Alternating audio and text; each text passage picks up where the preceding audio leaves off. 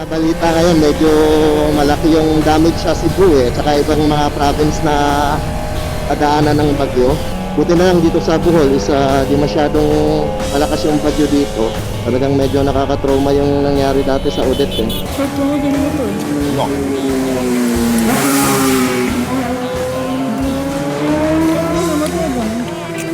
Lagot magang. So ito na nga pala yung pure video mode. Medyo madilim na itong dinadaanan namin. Yun na. Alam nila, nag-high tayo. Hindi tayo naglo-low. Sorry. Alright. What is up mga amigo? It is your Papaloy here. Ang inyong bulanong amigo. At muling nagbabalik sa ating panibagong vlog. For today's video,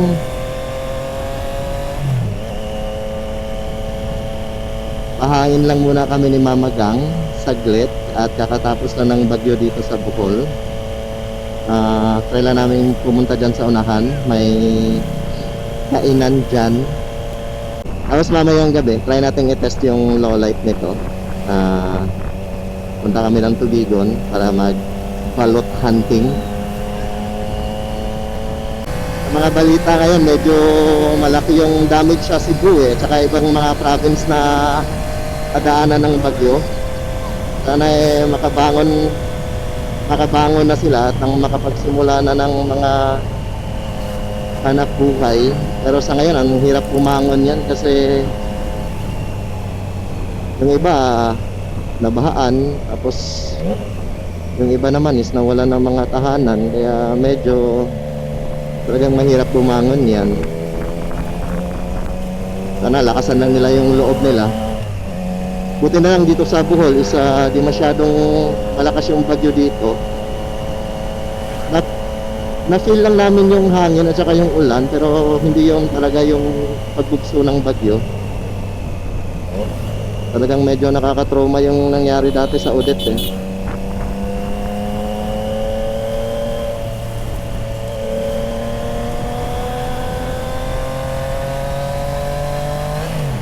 Dito lang tayo sa may unahan. Galing kami ng school ni Mama Gang, may inayos doon kasi may seminar sila bukas. Tapos naisipan namin na magpahangin saglit dito. Nakain lang kami dito, tapos mamaya is punta kami dun sa may unahan, sa may Tubigon.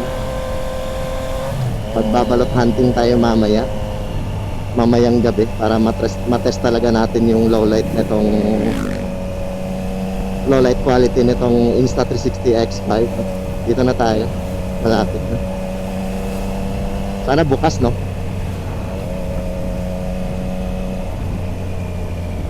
Pag hindi ito bukas, eto, ayun, bukas.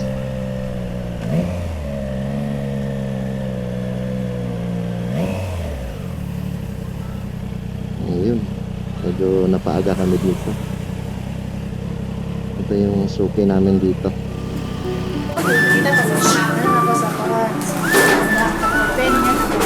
Ako na.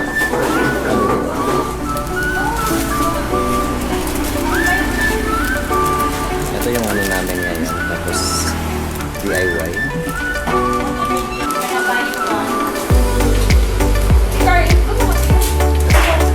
Ito na yung food namin ngayon. Tawagan ni Madam. Egg roll. Vegetable roll. Tapos Bibimbap. peneng. Anong flavor nito?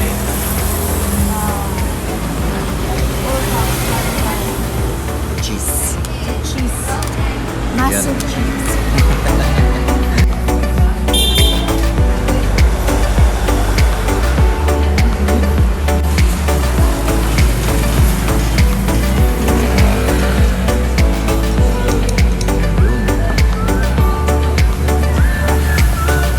Kaya?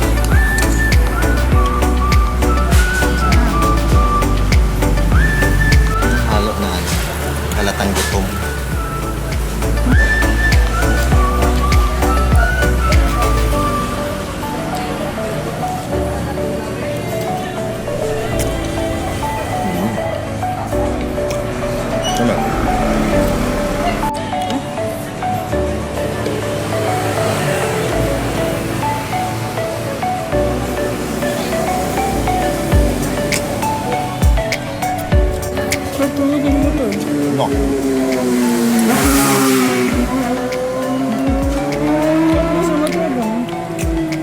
magang.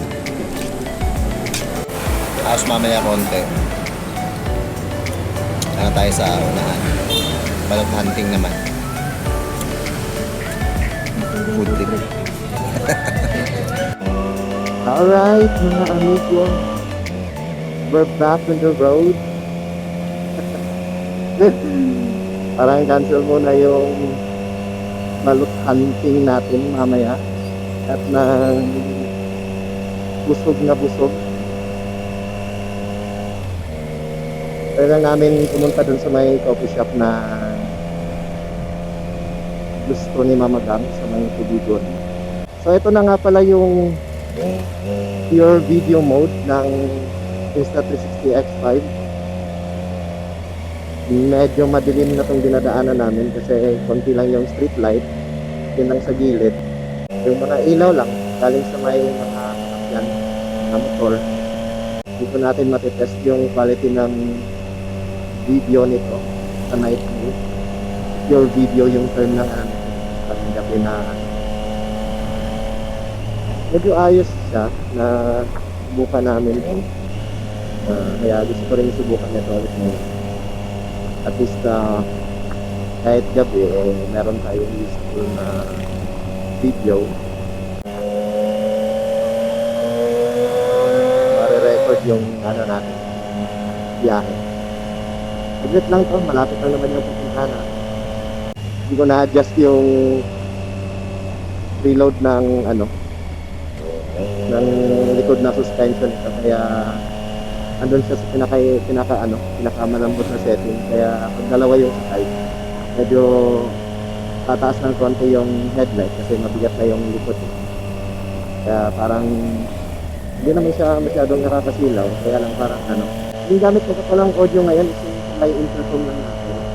Last time, ito yung ginamit ko, kaya lang ngayon is sinubukan ko siyang isuksok dito sa isuksok. Tagalog ba yung isuksok? Tagalog yung mamagang. Sinuksak ko kayo dito sa sa may ilalim ng padding ng helmet. Kasi yun naman siya is medyo malakas yung boses ko. Tapos yung tunog ng motor is hindi masyadong gano'n hindi gano'n kalakas. Kaya ito, sana ma-balance siya. Medyo malayo na siya sa bibig ko kaya sana maayos yung audio. Trial error lang naman yan. Subukan ko lang naman ulit para hindi na masyadong marami yung audio setup.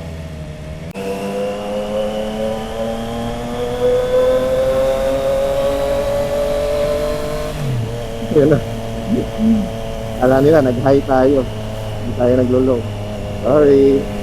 Nakalow nga siya. Kaya akala nila nag-high kasi malambot yung suspension natin sa likod. Yung preload niya, hindi ko na-set ng Kaya dalawa tayo nakasakay ngayon. Pag ako lang mag-isa, sakto lang yan. Kaya yung hangin yan sa likod, sinubukan ko yan sinubukan ko yan last time nung na-check ko, nag 35 siya. Hindi siya masyadong hindi siya masyadong maalog. Alog yapon. Ay, adjust natin. So, andito na tayo sa may Tubigon, mga amigo. Parang umaambon mamagang, wala. Kala ko umaambon. Andito na tayo sa may Tubigon. Malapit lang. Malapit lang tumula doon sa pinuntahan natin. Ayun, medyo madilim dito. Yung mga ilaw lang ng tindahan yung Tapos street light. Konting liwanag ng mga motor.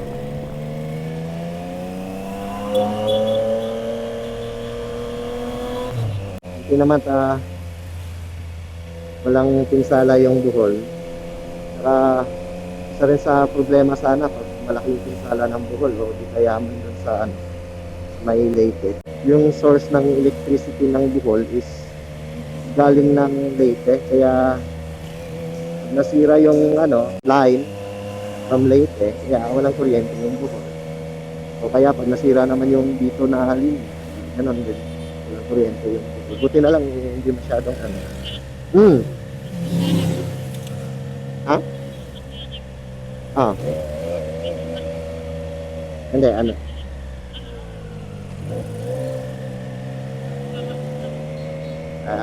Tinetest ko pa lang.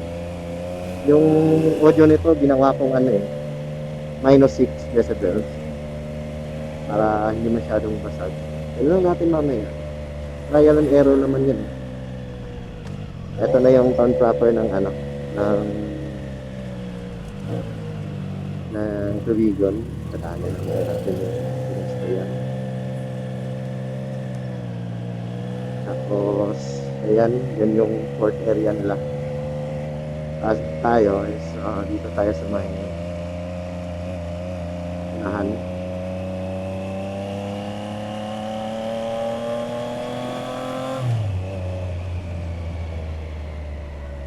Tapos tingnan lang din natin mamaya pag ano yung ano, matripan after ng magkape.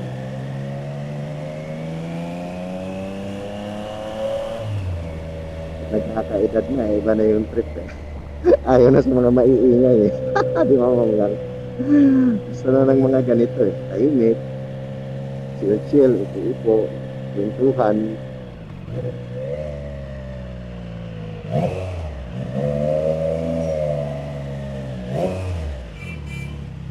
Ayan na. Doon tayo sa taas.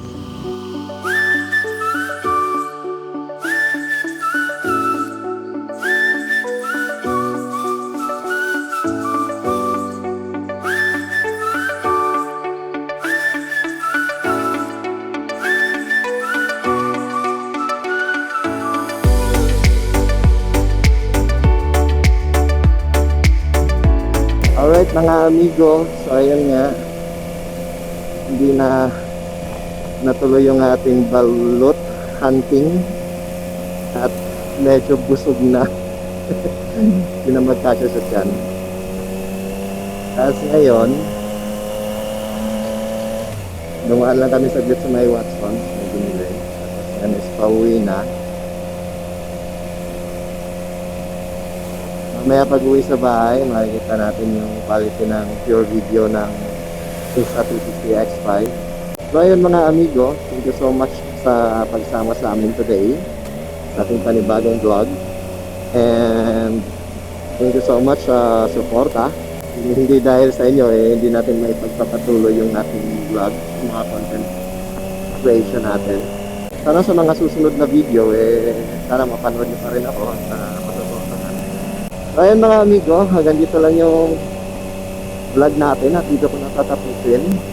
See you sa next vlog. Bye-bye!